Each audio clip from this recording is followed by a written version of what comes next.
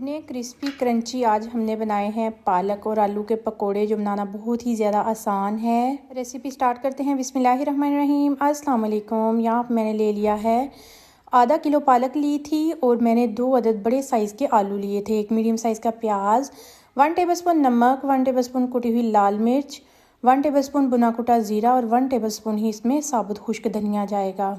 और 4 स्पून मैंने इसमें भर भर के बेसन के डाल दिए हैं, जिसको अच्छी तरह से छान लिया था। अब हमने हाथों की मदद से इसको मिक्स कर लेना है। पालक और आलूओं को मैंने पहले धो लिया था, इसलिए बग़ैर पानी के छिंटा लगाए बगैर ही हमने इसको हाथों की मदद से मिक्स करना है। ये इतने मज़े के क्रिस्पी क्रंची पकोड़े बनकर तैयार हो जाते हैं कि आप लोग एक दफ़ा बनाओगे, खाओगे, इंशाल्लाह उंगलियां ही चाटते रह जाओगे। अल्हम्दुलिल्लाह आज हमने इसको सरसों के ऑयल में फ्राई करना है। यहाँ पर मैंने ऑयल को पहले ही गर्म होने के लिए रख दिया था।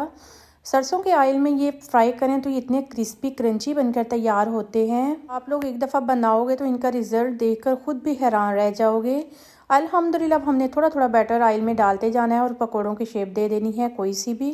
2 से 3 मिनट तक मैंने इनको बिल्कुल नहीं छेड़ना। फ्लेम का आपने ख़ास ध्यान रखना है, बिल्कुल मीडियम टू लो फ्लेम पे हमने इसको फ्राई करना है जी। तो अल्हम्दुलिल्लाह अब मैंने 3 से 4 मिनट के बाद इनकी साइड्स चेंज करनी है। माशाल्लाह से देखें अभी से इनकी लुक कितनी ज़्यादा प्यारी नज़र आ रही है। स्पेशली सरसों के ऑयल में इनका टेस्ट इतना ज़्यादा लजीज खाने में महसूस होगा और इतने क्रिस्पी क्रंची हैं ये बनकर तैयार हो जाते हैं कि आप लोग एक दफ़ा बनाओगे, सर्व करोगे गेस्ट के आगे तो गेस्ट आपसे इसका राज ज़रूर पूछेंगे। अल्हम्दुलिल्लाह हमारे पकोड़े बनकर बिल्कुल तैयार हो चुके हैं। अब हमने इनको डिश आउट कर दिया है।